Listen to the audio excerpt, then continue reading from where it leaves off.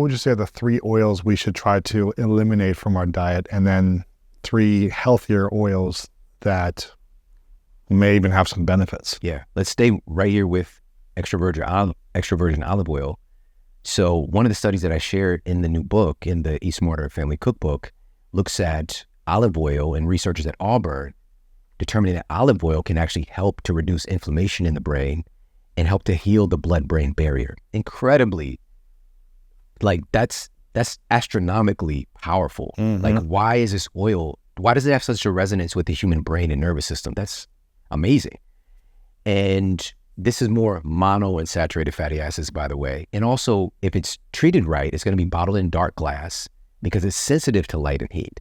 And so even using it, by the way, we want to make sure that we're not using it on too high of heat. And also, traditionally, maybe finishing your dishes with it, right? So you plate your food, or using it for salad dressings, pour on some olive oil, right? Our mutual friend, Dr. Stephen Gundry, he's a olive oil fanatic. Olive oil. It's like drink it every day. Look at his results. Yeah. My guy is, he's in his senior years, big time, and he's just so on point, like his cognition, his health, his energy.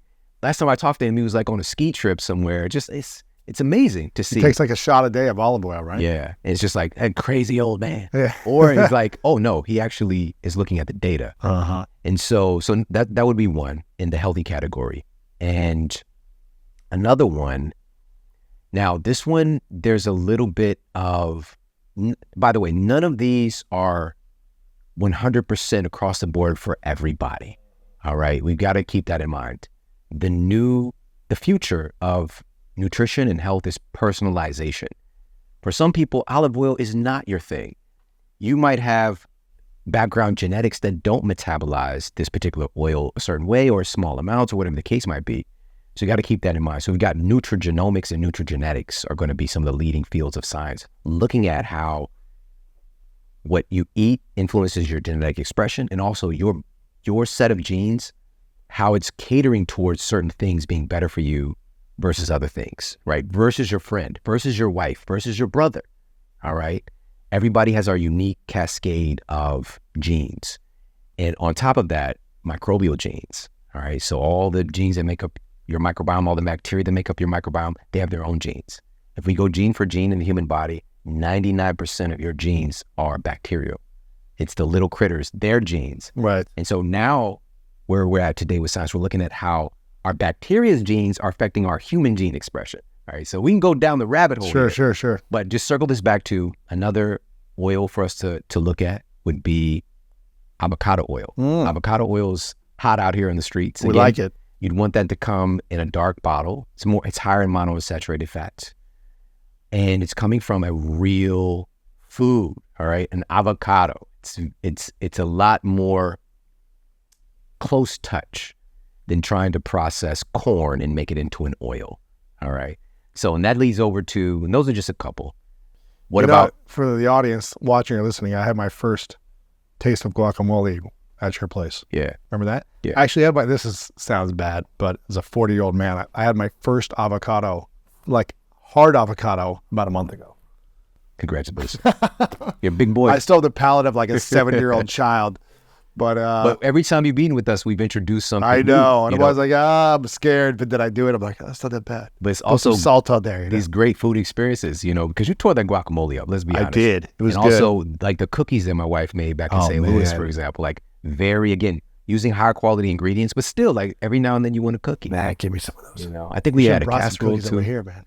That casserole's amazing. Yeah, when you come by, dude, I'm in. We've got some great stuff. I'm in. Okay, so we got olive oil, avocado oil, all in dark bottles. What would be one more, you think? All right. Is there one more? Or? Of course, man, there's so many. There's so many popping to mind. There's good oils. Yeah, but there's a caveat here.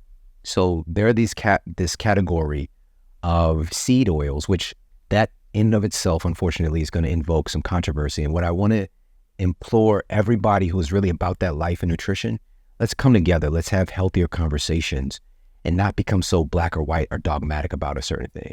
So seed oils in general, the majority of these seed oils out here on the streets that are riddled in processed foods, I'm not talking about that. I'm talking about hemp oil, flaxseed oil, chia oil. That's cold processed, all right? That's stored in shelf-stable ways. It's generally going to be in a refrigerated section. You can find some really valid benefits here that's backed up with peer-reviewed data. All right, so there's a plant form of omega-3s that can be utilized as an energy source by the body pretty efficiently, and also can get converted into some of the omega-3s, DHA and EPA, to help to fuel your brain and nervous system. Now, your conversion process is going to depend on you. It's going to depend on your genes, your microbiome, your overall metabolic health. But so I don't want to throw the baby out with the bathwater. But first of all, where does that analogy come from? That's terrible. Yeah. All right, who's throwing babies out? But with seed oils just being all bad, all right, certain seeds, but the important thing is they cannot be exposed to very much heat at all, or they're going to become oxidized and rancid. So those are the ones I would say. And as far as the ones to avoid, absolutely avoid vegetable oil, quote, vegetable oil. It's not made from vegetables, by the way. All right, it's the framing, because it sounds healthy. This is called health washing, throwing a label on a thing and making it sound like it's healthy. And marketers are using this like crazy now, right? So you can get a box of Cheerios. It's like, it's heart healthy, right? Honey Nut Cheerios. Lower right? cholesterol. Lowers your, they actually had to change that. Really? Yeah, because they finally face some backlash.